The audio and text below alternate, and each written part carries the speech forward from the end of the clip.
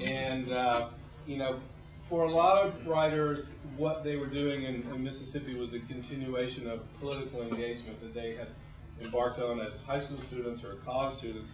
For Alex, it was really one of the first things, and he became very much involved for several years. When he went back to San Francisco, he was the direct action chairman for San Francisco Corps from 1961 to 1964. He later worked for a number of years as a zookeeper in the San Francisco Zoo, and also for a number of years as a park ranger in the California State Park System. Today he lives in Oakland, and he's retired, but he also kind of works for the Alameda County election system. So I think he's probably very busy these days. Oh, and I can show you his new picture. Very interesting fellow.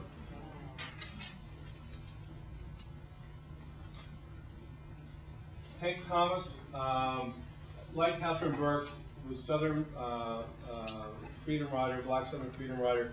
He grew up in St. Augustine, Florida. And he, as a child, blacks were not allowed to use the public library in St. Augustine. And he would take his own books, when he was like 8 or 9 years old, take his own books and just go and sit at a table at the library and read it for an hour or two, and then leave. He sat in the wrong section of the city buses when the Montgomery bus boycott started happening in 55, 56. He said, wow, this is great. And he went to several ministers in St. Augustine and said, we need to do that kind of thing here. And they were like, oh, no, you can't do that. When the Freedom Rides rolled around, he was a student at Howard University in Washington. And he was actually went on the original Freedom Ride leaving from Washington on May 4th in 1961. He was on the bus that was firebombed in Anniston, Alabama. He was on the second bus into Jackson on May 24th. After the rides, he worked for SNCC for a while in the South, in Alabama primarily, doing voter registration. The draft board soon came sort of after him, and trying to control his fate, he joined the Army as a medic. And not realizing that when an army goes to war, it needs medics. So he soon found himself in Vietnam for a tour of duty there. 63, 64, no, I'm not going to say the dates because I'll get them wrong. He barely missed being at the battle of, the battle that's recounted in We Were Soldiers Once and Young, if you guys know that book. The first big set-piece battle of the war, by just a day or two. After the war, he came home to, we came back to the States and moved to Atlanta and got into the franchise business. Today he lives in Stone Mountain, Georgia. He owns 2 McDonald's and 4 Marriott hotels. And he's been back to Vietnam, and he's been back to Anniston. And on my website, which is breachofpeace.com, you can read his account of going back to Anniston.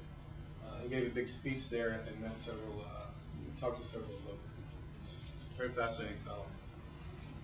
Well, they all are. Marc Davidoff was one of the writers who came from Minneapolis.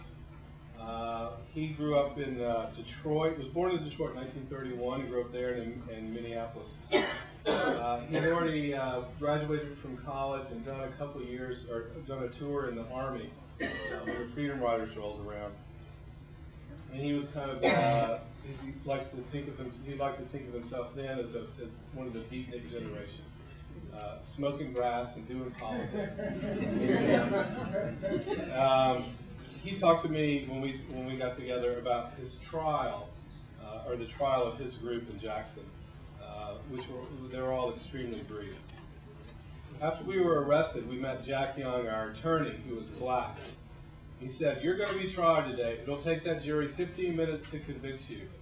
Captain Ray, who was the arresting police officer, is going to lie, and blacks do not sit on juries. Women don't. You're going to get Baptist, maybe Methodist, or Presbyterian. Catholics don't sit on juries, no Jews." Sure enough, 11 Baptists and 1 Presbyterian on our jury. Captain Ray came in and lied, saying, "It was an angry, hostile mob there, so to protect them, I had to arrest them on breach of the peace." And then this is Marv again, which I thought was a marvelous charge. What's their peace? Segregation. lynchings, brutality, unemployment, poor schooling, poor nutrition, South Africa, apartheid town. We could see the stars and bars flying across the U.S. flag across the street, above the U.S. flag across the street. Wow, it's gone with the wind. Marc was somebody, this was like really a lifelong organizer. He ran the Honeywell project for a number of years, which is the campaign to try to get Honeywell to quit making weapons, which is a Minneapolis-based company. He's also organized for American Indian Movement, farmers, hotel workers, and any number of other organizations. 5 more minutes. Okay. I'm moving right along. Now, when you tell me 2 minutes today, there he is today. This is a really marvelous fellow. And still full of gumption and get up and go. Okay, I'm in good shape. The last fellow I want to talk tonight about is Richard Stewart. He was born and raised in New Orleans, and he went into Jackson on the train with Helen and Bob Singleton, although he didn't know them. They were just in the same group.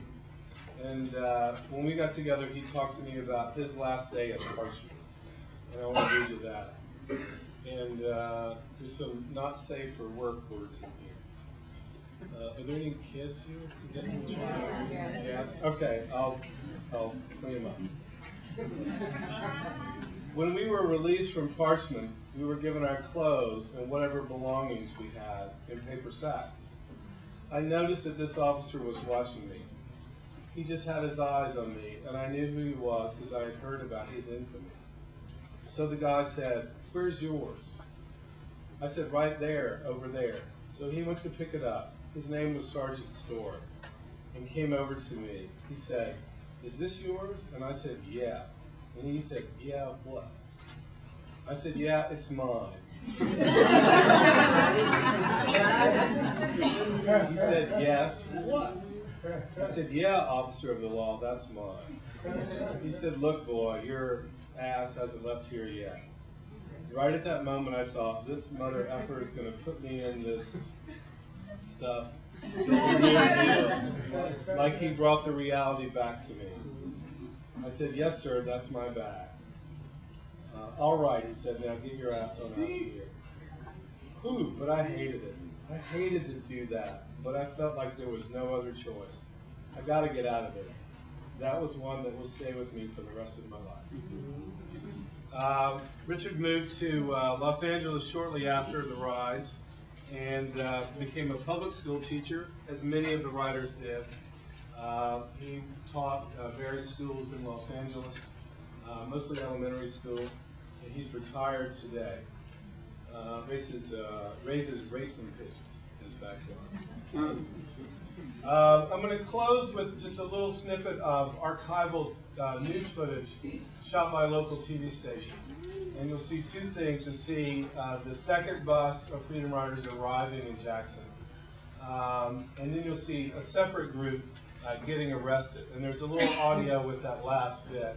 And the guy that you see, there'll be a cop in a white t-shirt talking and pointing his finger at the riders. And that will be Captain Ray.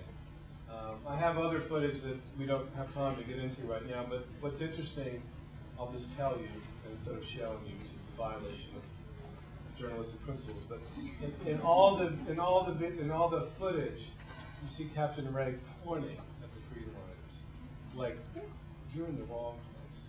What are you doing? You don't know your place." And it's a fascinating thing. But you'll see him do it in this one little bit.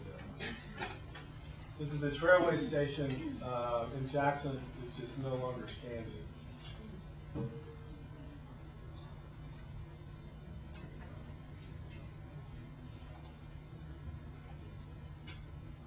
There are the National Guard troops getting off who escorted the riders in.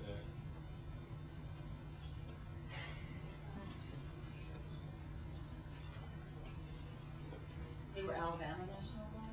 Those are Mississippi National Guard. This is James Farmer right here. He's the head of the Corps. That's John Lewis with the head bandage.